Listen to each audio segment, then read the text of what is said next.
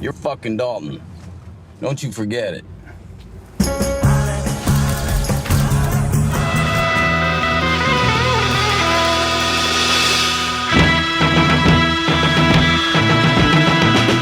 Let me preface this review with the fact that for almost 2 decades now, Pulp Fiction has had a spot among my top 3 all-time favorite movies. Quentin Tarantino is easily one of the best in the field. He has a style that is uniquely his own. Yes, he borrows heavily from previous elements in the genre, but every one of his films is quintessentially Tarantino. I lay all this out on the table because when I say Once Upon a Time in Hollywood doesn't quite work, it needs to be established that this is a statement coming from a fan. The story is about Rick Dalton, Leonardo DiCaprio, and Cliff Booth, Brad Pitt. Dalton is a former TV star best known for his Western series Bounty Law. Cliff is his stunt double. Rick left his series to pursue a movie career that went nowhere very quickly. Since then, he has been doing guest roles on TV series, while Cliff stays around and runs errands for him. The movie also stars Margot Robbie as Sharon Tate. She occupies a bizarre position in the film, because in many ways, the story revolves around her, yet perversely, it would have been very easy to cut her from the movie. The movie incorporates many real-life former celebrities into the world. I already mentioned Sharon Tate. Her husband, Roman Polanski, is at the peak of his career in Dalton's neighbor. Dalton hopes that one day he can catch Polanski's eye for a future role. Like Inglourious Basterds, which is briefly referenced here, Tarantino takes real-life events and injects his own characters into the moment, and in so doing revises history. Since he's a director, not an actual historian, he can do that. This is why Tate is in this movie. In many ways, the movie centers around her death, yet when the movie focuses on her,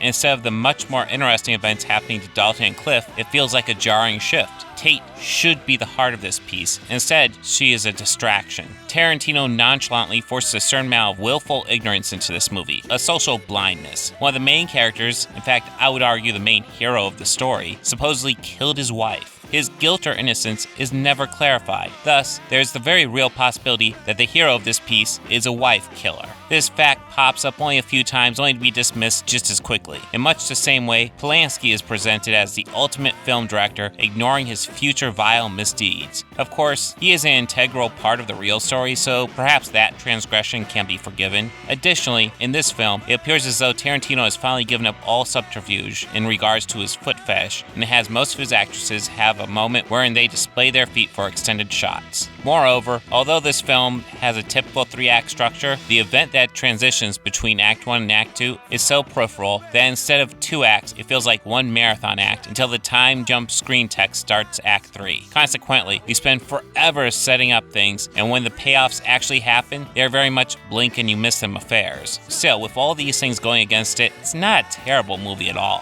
Tarantino directs the hell out of it, just as he does every movie. Each of the actors do a top-notch job. Young Julia Butters has a small role that she shines in, and DiCaprio and Pitt are both in top form. The dialogue is as sharp as any other Tarantino project. All the same, the story could have used a lot more focus and awareness. In the grand scale of Tarantino's filmography, Pulp Fiction, Kill Bill Volume 1, Inglourious Basterds, Django Unchained, and The Hateful Eight are his best works. Not far below that would be Reservoir Dogs, a bit further down would be Kill Bill Volume 2, and not far below that would be Once Upon a Time in Hollywood. Although not among his best, it is a really well-made movie. Nevertheless, with such a master craftsman at the helm, you expect a bit more.